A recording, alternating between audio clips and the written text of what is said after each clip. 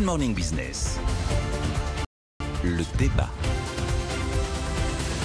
Oui, et c'est pas une idée qu'on sort de notre chapeau, Sandra. Non, c'est ça le pire en plus. Celle des prix Nobel d'économie 2019, Abhijit Banerjee et Esther Duflo, qui ont proposé effectivement un confinement généralisé du 1er au 20 décembre. Ils parlent d'un calendrier de l'Avent du confinement pour que lorsqu'on sera déconfiné le 21 décembre, on puisse aller faire des fêtes de famille sans risquer de contaminer tout le monde. Alors, Il faut voir la tête de Nicolas sur RMC Story. Je suis vraiment sur Canal 23. Je suis vraiment sur la position d'Olivier Véran qui a dit n'y comptez pas. Moi, mon boulot, c'est au jour le jour d'essayer de ne pas reconfiner.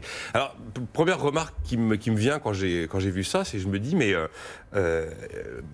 anticiper un confinement du 1er au 20 décembre, aujourd'hui, en n'ayant aucune idée de ce que sera la situation à ce moment-là, c'est quand même envoyer un drôle de signal à la population. On cherche la confiance, tout ça, rassurer. Après, je me dis, mais ils sont Nobel d'économie, enfin, prix de la Banque de Suède. Je sais que ça énerve beaucoup d'auditeurs quand on dit Nobel pour l'économie.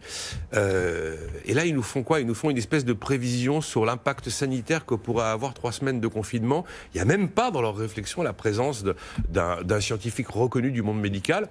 J'ai l'impression qu'ils sortent un petit peu de leur domaine. Et puis, justement, ils font de l'économie. Et là, ils nous plaident la fermeture totale de l'économie pendant 3 semaines. On a déjà essayé.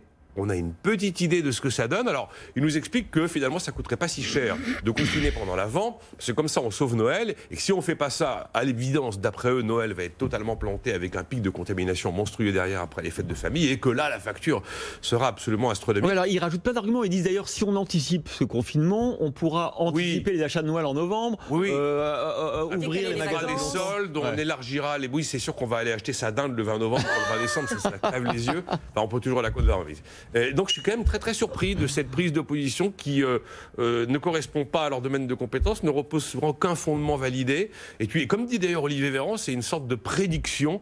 C'est un plan sur la comète. On ne fait pas des plans sur la comète avec cette histoire de virus. Je rappelle que quand ils disent que ça coûtera a priori pas si cher, l'INSEE nous a quand même validé, d'ailleurs comme l'OFCE, la facture du mois de confinement. En fonction des sources, INSEE, OFCE, vous êtes entre 60 milliards et 70 milliards le mois de confinement. Voilà. Donc là, j'ai beaucoup de mal à être indulgent. Alors Jean-Marc Daniel va-t-il nous surprendre ce matin? Ça brillant. Non, je suis assez d'accord avec Nicolas. Je m'en doutais, mais bon, on n'est jamais à l'abri d'une surprise avec vous. Oui, c'est vrai ça. Mais je dirais d'abord, en citant un fabuliste du XVIIIe siècle dont j'avais réédité les fables, qui s'appelle Florian, chacun son métier. Et les vaches seront bien gardées. Donc redécouvrez Florian et contournez les économistes qui sortent de leur champ de compétences.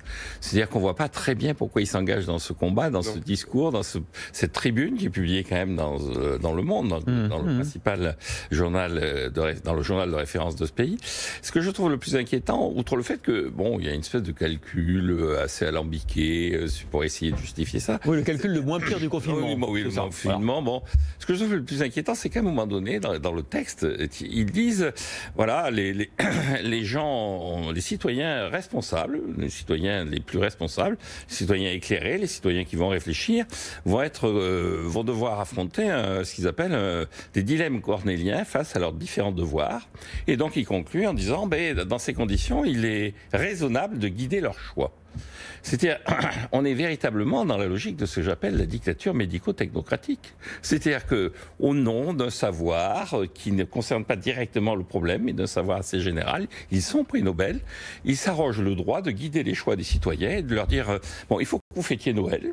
Déjà, ils auraient pu le dire à la CGT l'année dernière, quand elle faisait la grève de la SNCF et de la RATP. Ils auraient pu leur dire, écoutez, les citoyens donc, il est raisonnable que vous arrêtiez la grève parce que dans les choix cornéliens entre l'avenir du système de retraite et le bonheur familial, il faut choisir le bonheur familial. Donc, ils se mêlent de choses qui ne les regardent pas, avec une vision relativement, technocratique et à la limite liberticide de notre vie et de notre rapport à la vie. Et je trouve ça inquiétant, y compris le fait qu'un grand quotidien du soir trouve ça banal de publier cette tribune, alors que je trouve ça relativement, encore une fois, inquiétant. L'unanimité contre nos deux Nobel, entre guillemets, d'économie.